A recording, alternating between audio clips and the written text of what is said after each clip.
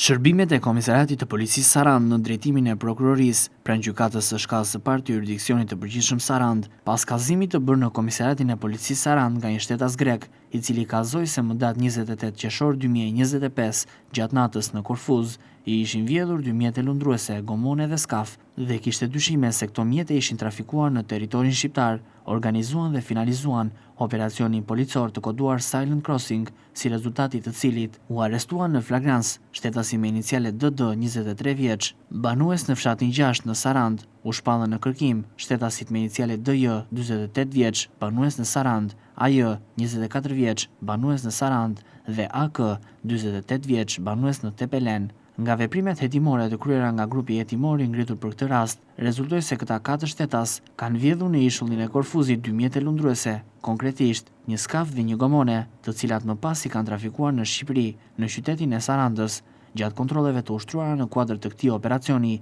u gjeti fshehur njëri prej mjeteve lundruese në një parcel në fshatin Vrion, në Finiq, i cili u sekuestrua në cilësinë e provës materiale, së bashku me një mjet kamion të dyshuar se është përdorur për transportimin e mjeteve nga Bregdeti në drejtim të parcelës. Vijojnë veprimet për kapjen e personave të shpallur në kërkim, si dhe për identifikimin dhe dokumentimin ligjor të personave të tjerë të përfshirë në këtë veprimtari kriminale. Materialet u referuan prokurorisë për veprimet të mëtejshme.